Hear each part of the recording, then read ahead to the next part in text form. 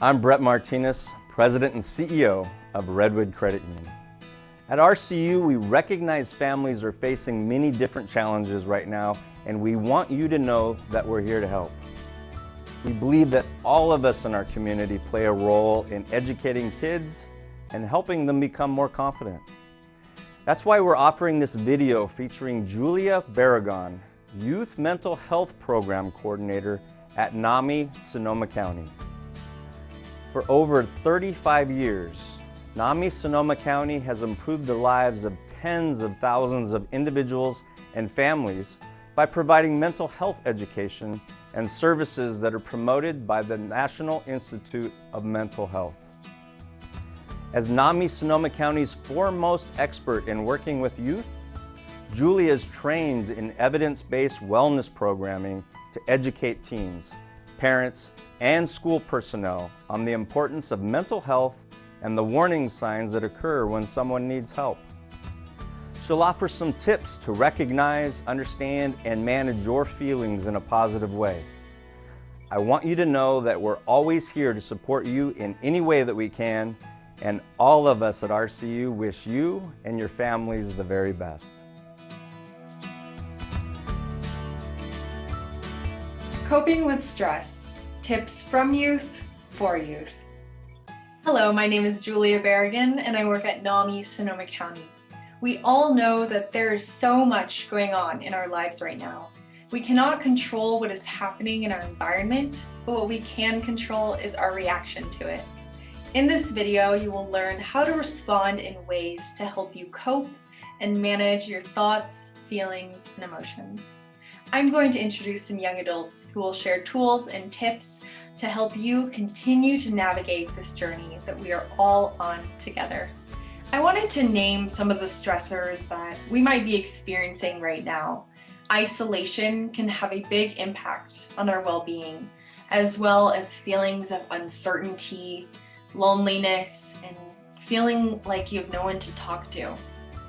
Navigating and maintaining relationships can look different and be challenging right now, as well as adjusting to remote learning and figuring out this new way of going to school.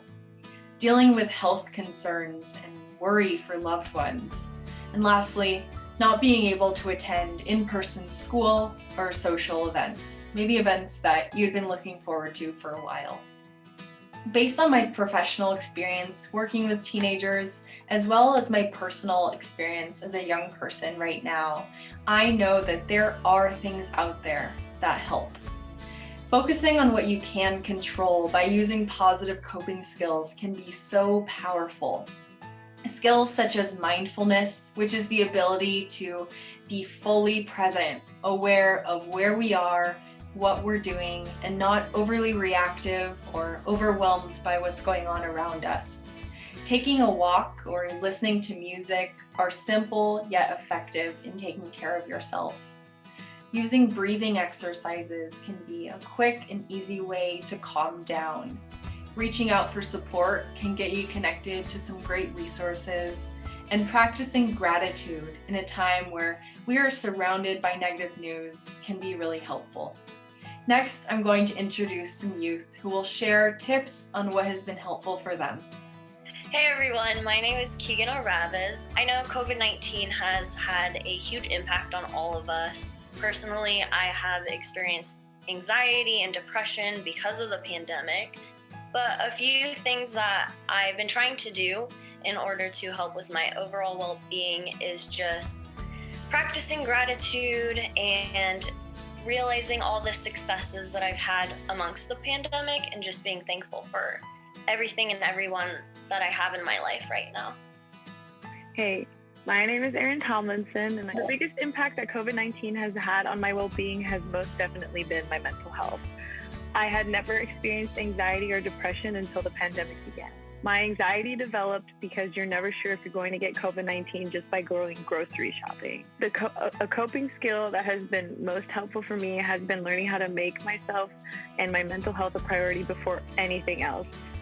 My name is Isaac Limon. The biggest impact COVID-19 has had on my well-being has been motivation, wanting to do my homework. I'm also a student, it was very hard to manage like my work life with my school life, with my social life, with my mental health. It was just a lot. It was very overwhelming the first couple of months. I would say the coping skill that has been the most helpful for me has been writing, drawing. I'm getting into drawing again. Hi everyone, my name is Mari Cruz. The biggest impact that COVID-19 has had on my well-being is an increase in anxiety and depression.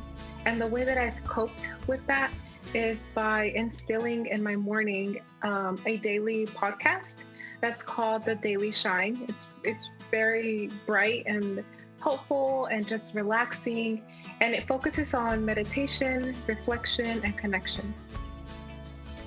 So what are some of the things that you found to help while being in school during a time like this? I tried yoga for the first time in Petaluma at a park, and it was really, it was like a socially distant yoga session. It was really cool, and I really like yoga. So that's one thing I've been kind of implementing in my self-care schedule. Now I have a self-care schedule. Like I've never had that before. Started making jewelry, which is super cool. It's just really cool to see the outcome of the things that are in your mind, like the possibilities that you have, and just like posting it on Snapchat and people just like complimenting it. It just makes me feel good.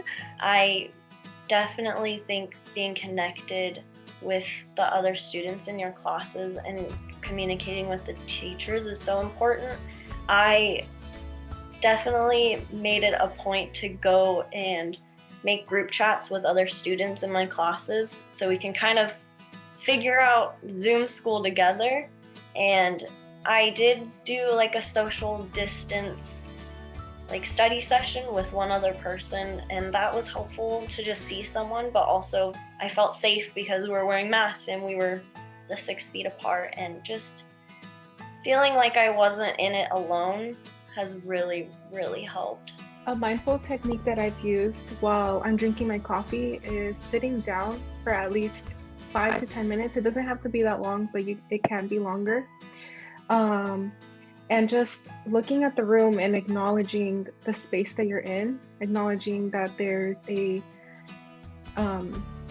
couch, that there's light outside, that there's a clock that's ticking, that someone else in the next room is watching TV. Just acknowledging what's happening around you and staying mindful and present has really calmed down my anxiety in the mornings and helped me keep that like energized flow to continue throughout the day and not spiral into the day with like negative thoughts. You could breathe in for 8 seconds and then hold that for 8 seconds and then breathe out for another 8 seconds, and then just keep on repeating it until you feel your heart rate just like slow down.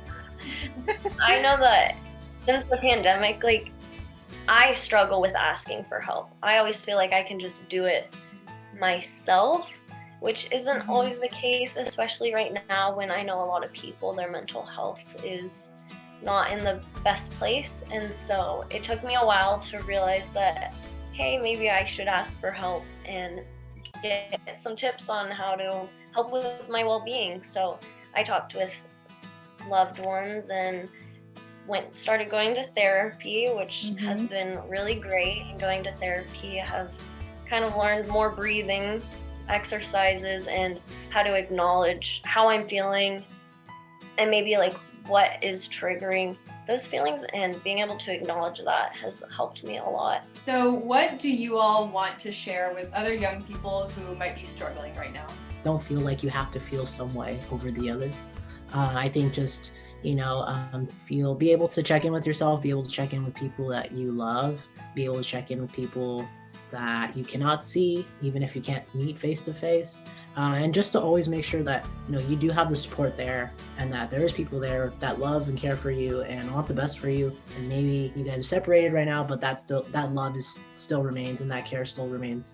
So just make sure that, you're not alone, you're fully supported. Just keep going. It's been very tough on everyone.